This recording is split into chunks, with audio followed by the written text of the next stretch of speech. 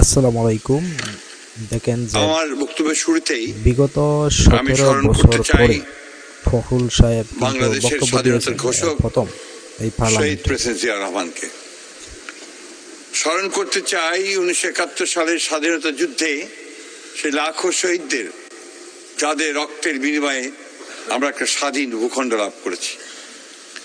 আমি স্মরণ করতে চাই একই সঙ্গে দীর্ঘ 18 বছর গণতান্ত্রিক সংগ্রাম করে যারা প্রাণ দিয়েছেন, আহত হয়েছেন এবং হারিয়ে গেছেন আমাদের সেই সব বীর সহকর্মীদের।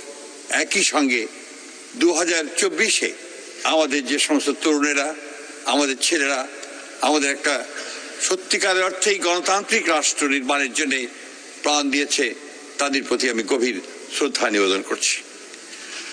মাননীয় স্পিকার, দেশনেত্রী বেগম খালেদা জিয়া সম্পর্কে অল্প সময়ে কথা বলা অত্যন্ত কঠিন ব্যাপার।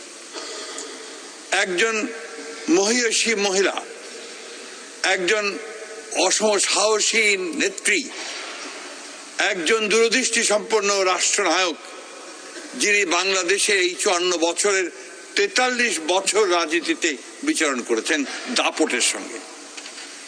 এই নেত্রী বাংলাদেশে তিনবার তিনি প্রধানমন্ত্রী নির্বাচিত হয়েছেন বিপুল ভোট এবং সম্পূর্ণ একটি নিরপেক্ষ ভোটের মাধ্যমে।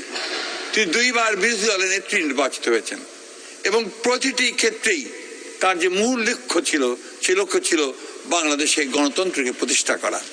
আমরা দেখেছি যে যখন তিনি সরকারে ছিলেন সেই সময় তিনি এমন কাজগুলো করেছেন, যেমন প্রেসিডেন্সিয়াল ফর্ম অফ গভর্নমেন্ট থেকে পার্লামেন্টারি ফর্ম অফ গভর্নমেন্টে নিয়ে আসা এবং অন্যান্য গণতন্ত্রের প্রতিষ্ঠানগুলোকে দাঁড় করানোর চেষ্টা